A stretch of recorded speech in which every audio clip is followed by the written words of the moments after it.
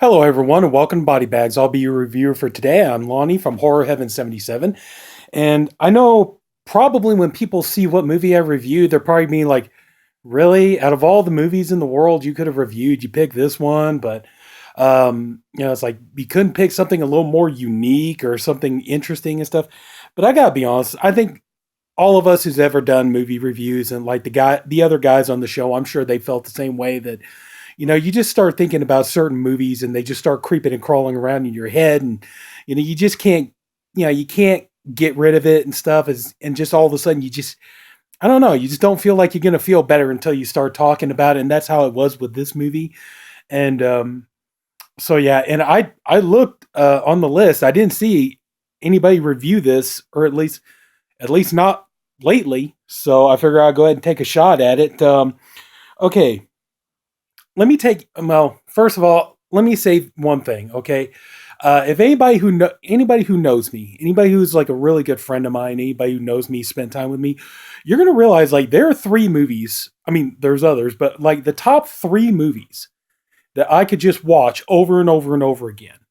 I mean, no matter what, if they're on TV, I got to stop and watch them, and I can sit there. I could literally like start the movie from the beginning, run it all the way through. As soon as it's done, start it back at the beginning and watch it all over again. My top three movies that are like that: number one, Halloween, John Carpenter's Halloween. Okay, just that movie, I could watch it over and over again, and I've done that before. Number two, the original Texas Chainsaw Massacre. I I can't even begin to tell you what it is, but I love that movie with a passion. I think it's just so brilliant.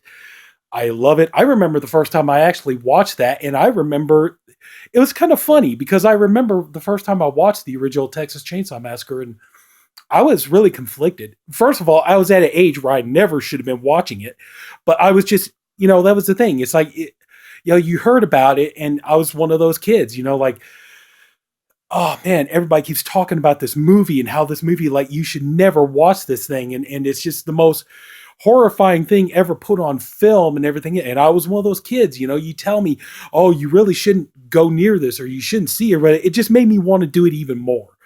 And, and that was the thing. I finally got to see Texas Chainsaw Massacre, and I was conflicted at the end of the movie because I'm sitting there thinking, like, I know this is horrible. I know the things that happen in this movie are horrible, stuff like that. These kids, they're just innocent, just out for a drive, and they're getting cut up by this guy, and they're being made into barbecue, and this guy's like wearing human skin as a mask and everything else.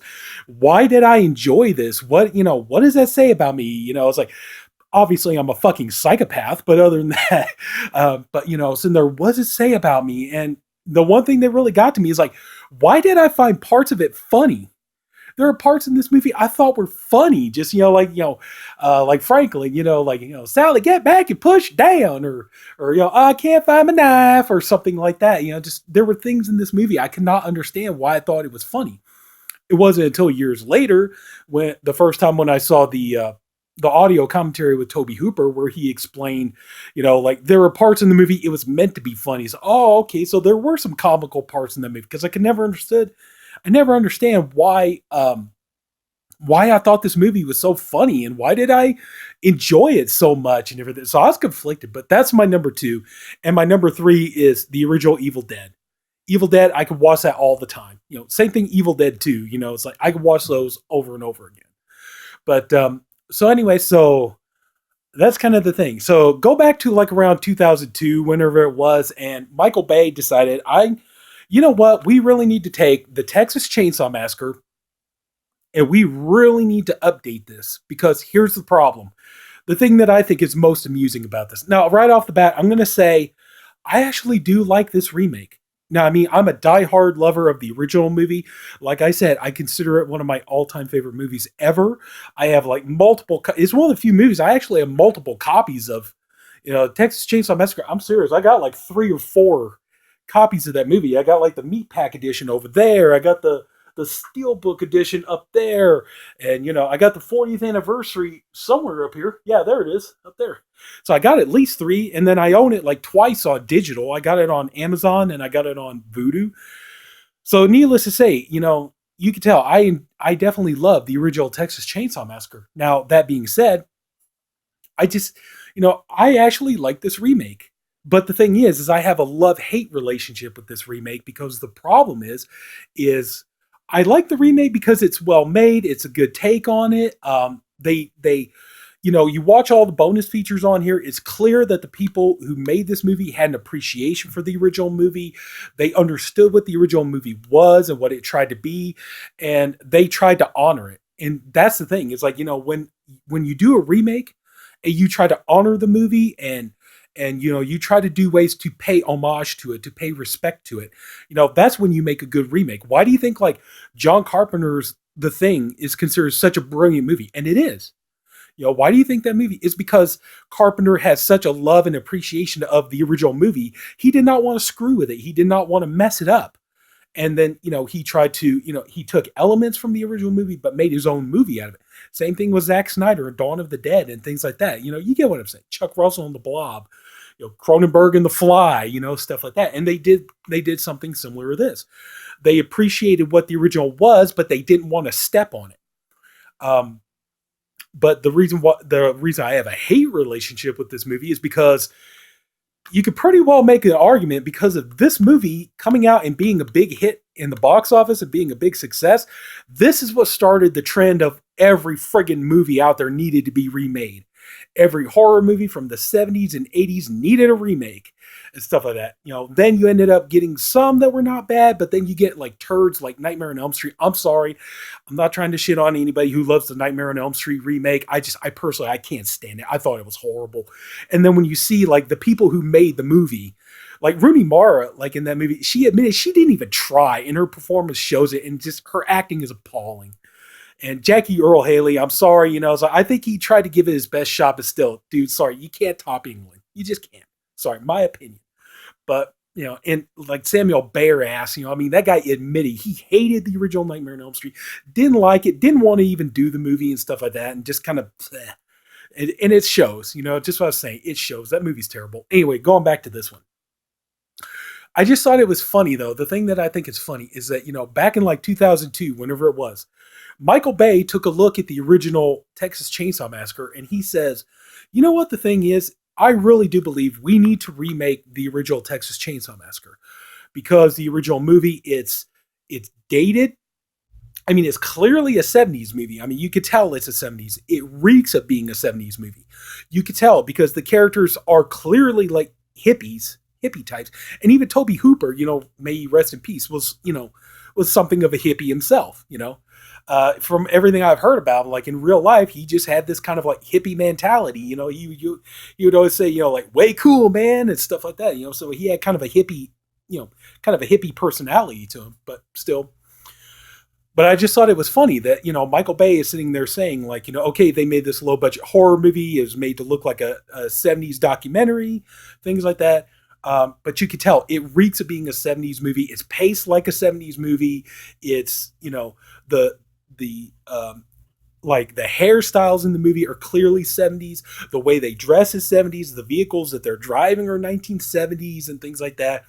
So it's like, we need to update this movie. We need to make it more modern, make it for, a newer generation, things like that. People, kind of, get awareness to this product, especially for people who've never seen it or never even heard of the original movie, things like that. But he decides, so it's like, yeah, it all needs to be modernized. But let's take like, what was the budget? Like $9 million. And let's make this movie look and feel as much like a 70s movie as we possibly can make it.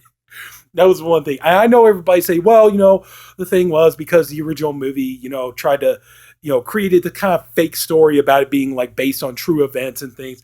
And so, the remake, which I understand why they did it, but, the remake was meant to be, remaking this movie that was based on actual events and try to kind of keep that try to keep that ebb and flow to it, trying to make it look like, oh yeah, this movie, it's based on the 70s movie, and this 70s movie is based on facts. So to make it look like fact, we got to make the movie look as much like a 70s movie. I just think it's funny when you're saying, like we need to update it and make it more modern, but let's make it look as much, because the original movie is too much like a 70s movie, but let's make it look as much like a 70s movie as we could possibly make it, as our budget will allow, and what, modern clothes and hairstyles and everything will allow, things like that. I just thought that was funny, but overall, I do enjoy this movie. I mean, the plot is similar to the original movie. I mean, they changed some things.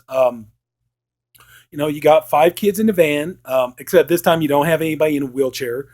You got 5 kids in the van. They just come from, Mexico, and all 5 of them. Well, Jessica Biel, she was already a well-known actor. She was already pretty much, and Eric Balfour, he was pretty much well-known for, being on 6 Feet Under. But the other, the other actors and actress, they weren't so well known yet. Like Mike Vogel, I think he was just barely starting. Now, Mike Vogel, you've seen him in many things.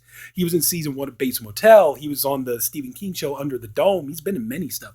Jonathan Tucker, he's going on to be in a lot of movies and TV series and things like that. He did funny thing is, he ended up working with Tobe Hooper on his Masters of Horror episode, Dance of the Dead, things like that. Erica Leerhsen, she went on, she was, at the time, she was pretty much known for like Blair Witch 2, Book of Shadows, is the, really gorgeous, Wiccan girl from Blair Witch 2 and all that stuff. Then she would be in like, Wrong Turn 2. Sorry. Almost said Wrong Turn 4, but she was in Wrong Turn 2. Sorry. And then, so on. But, so anyway, they come from Mexico. They're driving through Texas. They're on their way to see a Leonard Skinner concert, which I thought that was kind of a different, that was kind of a different trick, where in the original movie, it's just, 5 kids out for a drive. They're, first of all, they're going to look at the cemetery because, they want to make sure. They've been hearing stories on the radio about, graves being robbed and stuff. So the 2 main characters, Sally and Franklin, they wanted to go and make sure that their grandfather's grave was not disturbed. And then they, would go visit their grandparents' house and things. So they were just kind of out for more like a leisurely drive and stuff. But anyway, but in this one, they're on their way to a Skinner concert and they're driving, they're smoking weed, having a good time and all this kind of stuff. And, we learn that, Jessica Biel's character is pregnant, so she's not taking the weed. And that, they're actually smuggling weed across the border because Eric Balfour, who played Biel's girlfriend in the movie, he wants to sell the weed so that he can afford a nice lifestyle for the 2 of them. And of course, she's pissed off by this because she doesn't want him involved. She loves him, but she doesn't want him involved in criminal activity. So they're driving along, and they almost run over this girl, who's. So it's a different take on the hitchhiker scenario from the original movie. She's not really hitchhiking; she's just kind of out wandering around. And so they go and they look at her and they see there's something really not right with her, and so they take her into the van. Which, by the way. Quick little note, it's like, I just find it amazing that actress, Lauren German, would go on to be a really well-known actress too. I mean, the thing she's most known for is she's known as Detective Chloe Decker on the series Lucifer. And she's amazing on that show. Not only is she easily one of the most beautiful women in the world, just one of the most stunningly gorgeous women you've ever seen in your life, but she's actually really good on that show. If you ever watch Lucifer, you realize she's good actress. But the thing is though, it's like, at least for me anyway, it's like when I watch her in this, the little scene that she has in this, and I watch her in the, on the TV show Lucifer, it's kind of hard to connect the two. It doesn't even seem like the same girl. It really doesn't. But anyway, so they're driving along and, and she's starting to freak out, and she sees they're driving past the town where she just come from, and she's freaking out, telling them not to go back there. She's, I don't want to go back there. So they stop the van. They realize there's something really wrong with this girl. And she reaches between her legs and she pulls out a gun and she's like, "You're all going to die." And she shoots her head or she blows her brains out and stuff. And, that's actually a very powerful way to start a movie. It's like about 15, 20 minutes in. That's a good way to start the movie. But then they, so they realize now they got this dead girl in the back of their van. So, they're debating whether they should dump the body or should they go to the cops and everything. And Jessica Biel's kind of like, Jessica Biel, like the thing about her character in this movie is she's the moral center of the movie. She's just trying to do the right thing, and unfortunately, her trying to do the right thing kind of results in her friends getting killed. But it's not her fault. She's not intentionally like trying to get anybody hurt. She just thinks that she's trying to do the right thing, the moral thing, and things like that, and it goes awry.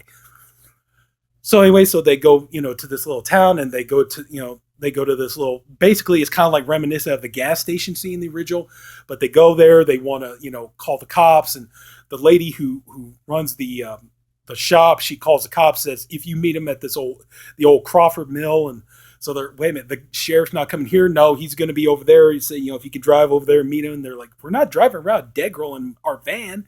And she's just, and she's completely weird. It's like, and she's all like, well, son, what you do is none of my business and all this stuff. So they drive to the mill, and then they start to separate. They don't realize that they've been put into a trap, and separating them is actually part of the plan. And then we come to find out. I'm not going to say too much more about the movie. Just that, in case if you haven't seen it, I'm pretty sure everybody's seen this by now, but just in case if you haven't, I'll just say that, they run into the family. They run into easily one of the most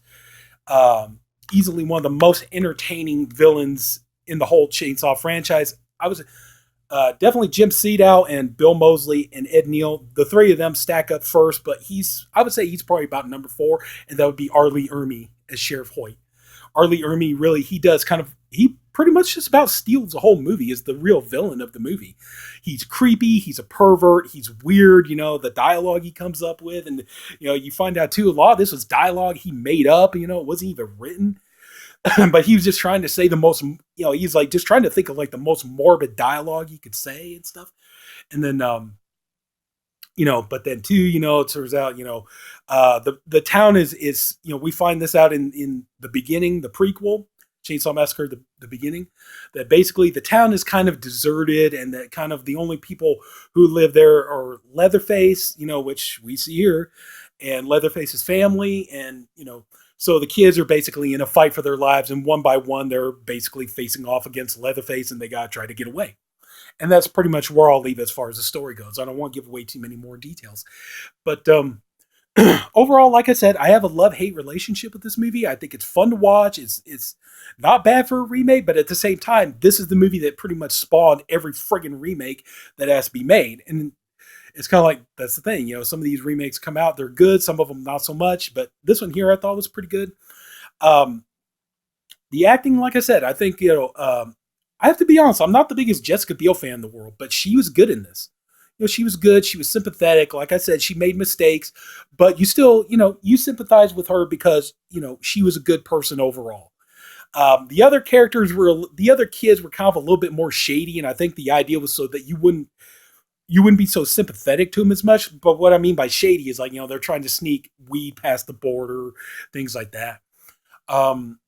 The family dynamic is kind of interesting. I know a lot of people complain there were way too damn many family members crawling out of the woodwork. They got the kid, they got, turns out the old lady who runs the gas station convenience store type of thing, turns out is Leatherface's mom and all this kind of stuff. You got old Monty, who is supposed to be kind of like a substitute for Grandpa, things like that. But Sheriff Hoyt, he's, pretty much he's pretty much like the main baddie, but Leatherface is pretty impressive in here. It's like, yeah, they do mention that there is a difference between the way Gunnar Hansen played Leatherface and the way Andrew Bernarski played Leatherface. Now, I think Andrew Bernarski did a good job, but, I still, I think it's just, for one thing here, I got to admit, I'm not really keen on the look of him in this movie because he looks more like, the way he's designed, he looks more like a Frankenstein monster.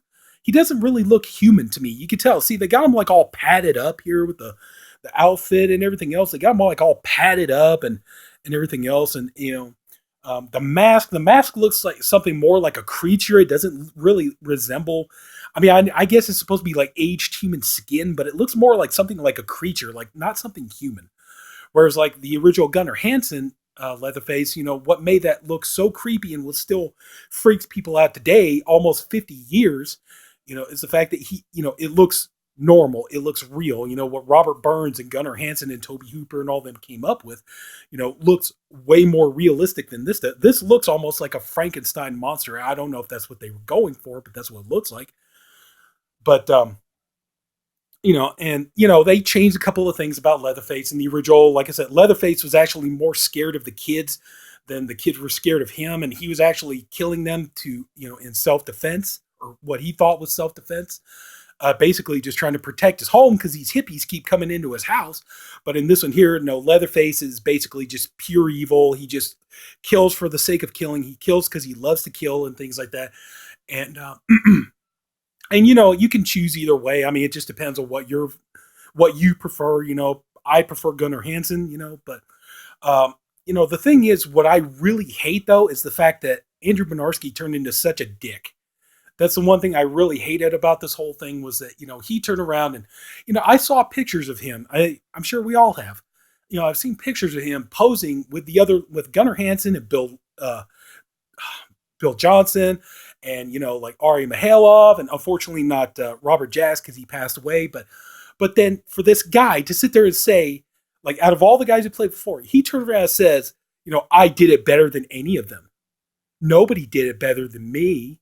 It's like, are you fucking serious, dude? Are you really that serious? It's like, you did a good job, but you weren't the best at it. A lot of people don't feel that way.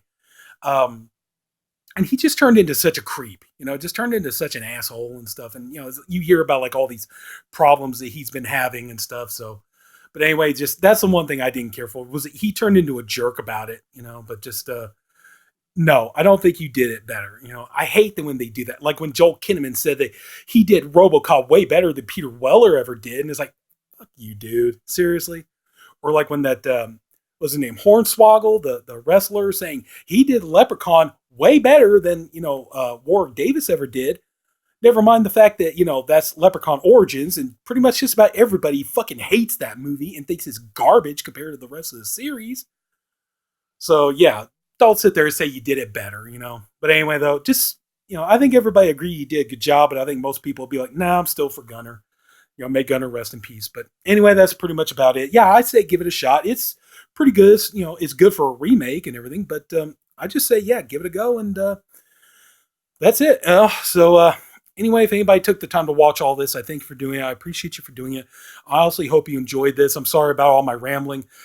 If you like the video, please like on it. If you haven't already, please subscribe to the Body Bags channel. We get, there's a different video every day of the week. 7 reviewers. I'm the Saturday reviewer. Everybody's doing good stuff. And we got another theme week coming up. And, the boss, James, he's coming up with some ideas to try to, make it even more entertaining. So look forward to that. And so anyway, this is Lonnie from Horror Heaven 77. I'll see you guys next time. Bye-bye.